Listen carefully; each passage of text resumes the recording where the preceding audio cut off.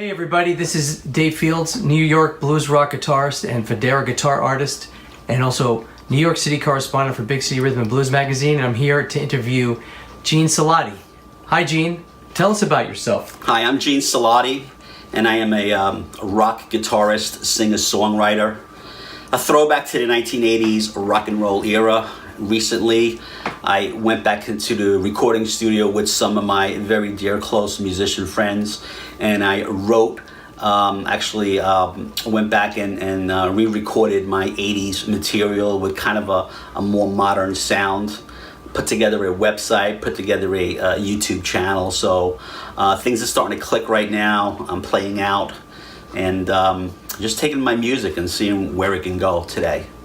Tell me, where are you from, and tell us about your family. I'm from Jersey City, New Jersey. My family, very hardworking, blue-collar factory workers, Italian-American generation. My mom was from Italy. She came here at 18 years old, worked in a factory. My father from New Jersey, first generation. It was a typical average Italian-American family growing up in the 70s and 80s, strict family values, Roman Catholic. You had to stay in line, study. Was your family musical at all? No, none of my family was. I'm the only one. Where'd you go to school? I did all my schooling actually in Jersey City, New Jersey. So. Why did you choose to learn the guitar? Well, that's kind of an interesting story. Originally, Dave, I wanted to be a drummer, because that seemed like a cool thing to do, but I never really quite had my heart set on it, so I was kind of hoping and waiting someone would talk me out of it. And the person that talked me out of it, not talked me out of it, but influenced me to guitar was my mother. My mom, she said to me that, what are you gonna do as a drummer? You're gonna have to rely on a band. What are you gonna do, carry your drum sets around everywhere you go? At least with a guitar, you could pick it up and carry it to the beach, go up the mountains. You could go to a picnic. It's mobile. You can move with it, and that was enough for me. So I just went with it. Hey, being a guitar player, I can relate to that. She gave you good advice. Yes. Why did you choose to become a musician, singer, songwriter? Well, as far as a musician goes, I loved music so much it wasn't enough for me to just hear the music and sing to it. I actually had to create the music, not just as a writer, but perform it physically with the guitar. So that's why I wanted to do more than just just listen to it. A singer, I always had a good voice. I always was told I had a very good voice, and so I wanted to pursue the singing. And the songwriting actually is kind of interesting because it was always in me. I remember as a child, maybe 5 or 6 years old, I would make up these games in the yard, and I would create. The game was to create melodies in your head with words. Why? This is a crazy thing, but I remember doing that. So it's definitely something that's in me and that I've done. Yeah, well, I guess songwriting is in your blood then, huh? I would say so. What were your favorite band influences? Yes, my favorite bands growing up in the 70s and 80s were, I had 3 favorite bands. I had the Eagles, I liked Foreigner, I liked Queen. Later on when I became a teenager, I liked more Journey, and I liked Asia also for a little bit. Who were your favorite guitar player influences?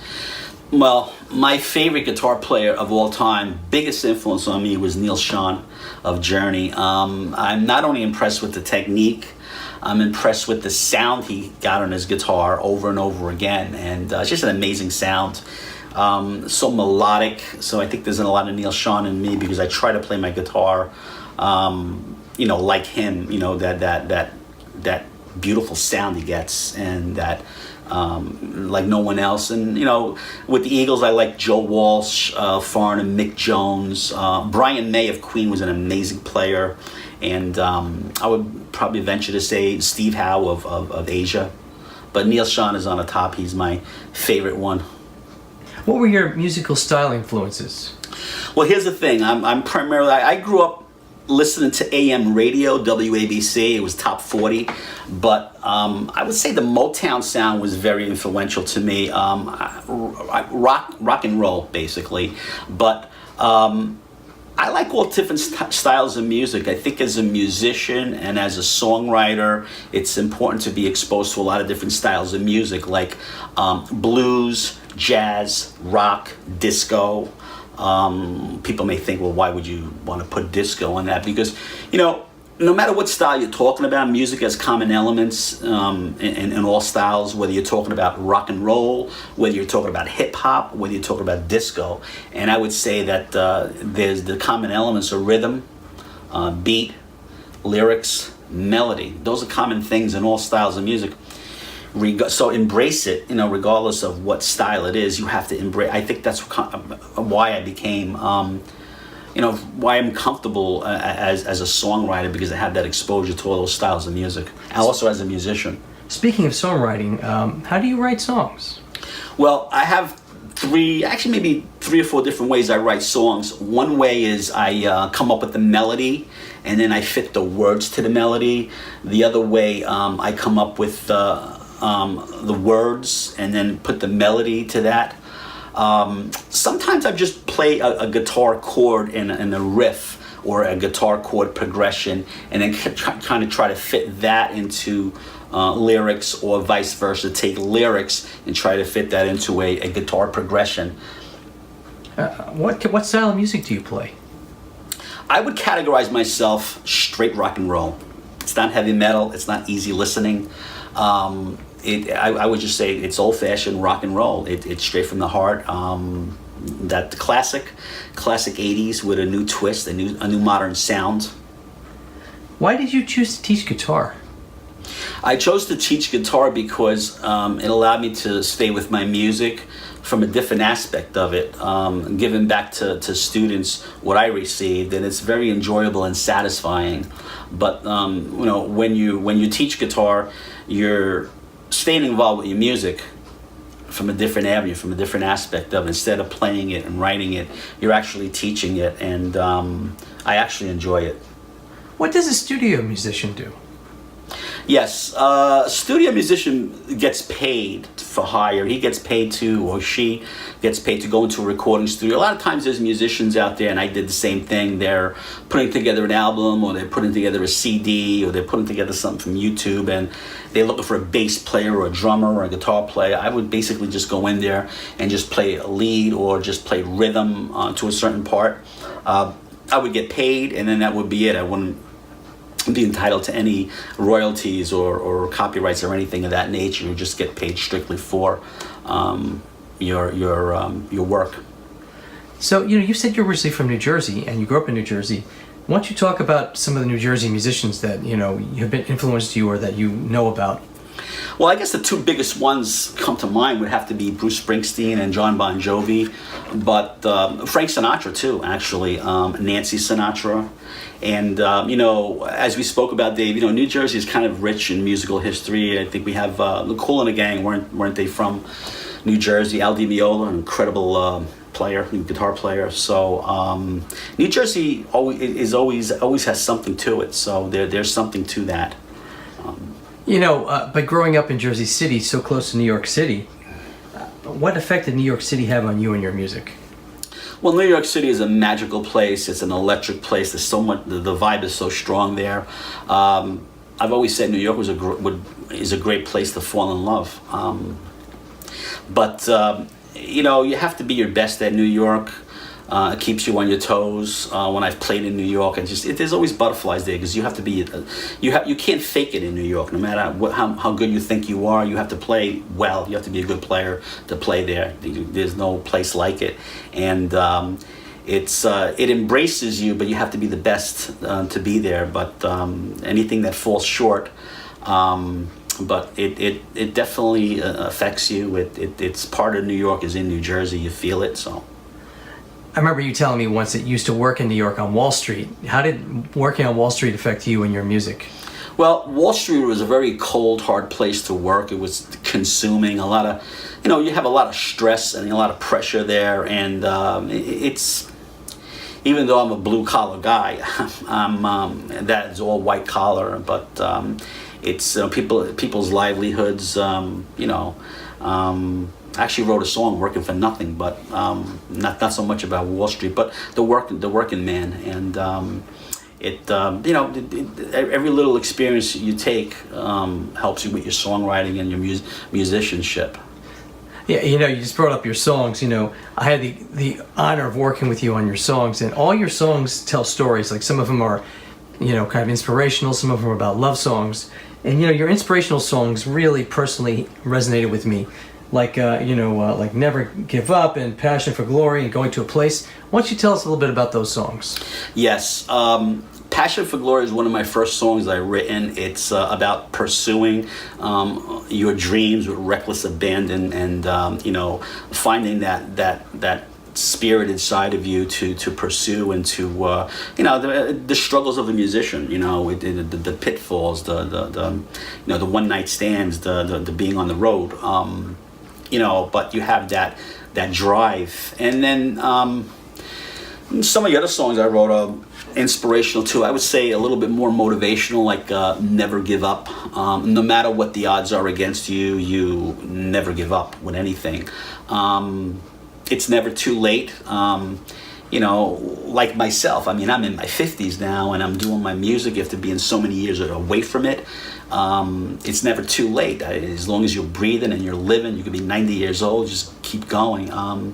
And "Best I Can" is another motivational song too, that you want to try to be the best that you possibly can. You're not going to listen to what people say that you can't do it. You're going to be the best that you can. You're going to be the best at what you do. So those are motivational as well as inspiration. I say "Passion for Glory" is more inspirational. Those other three are motivational too. I really like "Going to a Place" too. Tell us about that one. Oh, "Going to a Place" is a song that I wrote with our mutual friend Ray Lozenak when I was in a band with him years ago. And "Going to a Place," I love it because it's a mystical song. It's not so much about going to a place that's a physical place. It's going to a spiritual place, soul searching. What is my purpose in life? Where do I belong in life? What should I be doing? So going to a place, I'll find it someday. I'll find it somewhere. I'll find it somehow. So it's not so much a place on the map. It's a place in your heart. Beautiful. I love that. I love your love songs too. Like "Forever" and "Someone Else's Girl." Tell us about those songs. Well, Dave, I don't have too many love songs, but the few that I do, "Someone Else's Girl" is straight rock and roll. And if you think about what rock and roll is, it's boy meets girl, boy loses girl. So that's "Someone Else's Girl." Boy meets girl, boy loses girl. I added another line to it, another aspect to that. Boy sees the girl with another man. The loss, the lament, and the loss of a love. Your first heartbreak. That's tough. That's hard. That's what you write about. So "Forever," you mentioned that. "Forever" is a beautiful, beautiful love song. You finally meet the woman of your dreams. You see her, she brightens up the day before it starts. She walks in the room, she lights up the room. And forever is a special word because there's no such thing as forever in life. Our life is confined. We have seconds, minutes, times, weeks, months. We have years here. It's finite. It's going to end. Forever doesn't end. Forever is forever. It transcends. It keeps going. It's infinite. So here it is. You love this girl forever, ever, ever. You hit the home run. With the bases loaded with that. That's what I would. What are you working on right now? What's coming up for Gene Salati? Well, I'm not working on any original material on my own right now. I'm gonna put together. I'm still working on my YouTube channel. I'm still putting together a band because right now I'm doing solo stuff, and I'm just going out with my guitar, a PA, an amp, and I'm just playing by myself. But I think that. What happens is I'm probably going to be looking at maybe doing someone else's music. And all this music that I have on the YouTube is my own stuff that I wrote. And some of it I co-wrote with other band members in the past. But I have a couple of musicians that I just loved some of their songs, and I think you may have heard of some of them. And I may actually spend maybe a year down the road record their material, But I would like to get back into writing too, because rock and roll is rock and roll is, you have to have your life experiences affect you as a player. It's heartache. You see a girl, you go after a girl, you don't get the girl, so you write about that and you sing about that, and it resonates because people could relate to that. What would you like to say to our viewers in closing? In closing, I actually wrote something down. I wanted to say to everyone out there who's doing music. When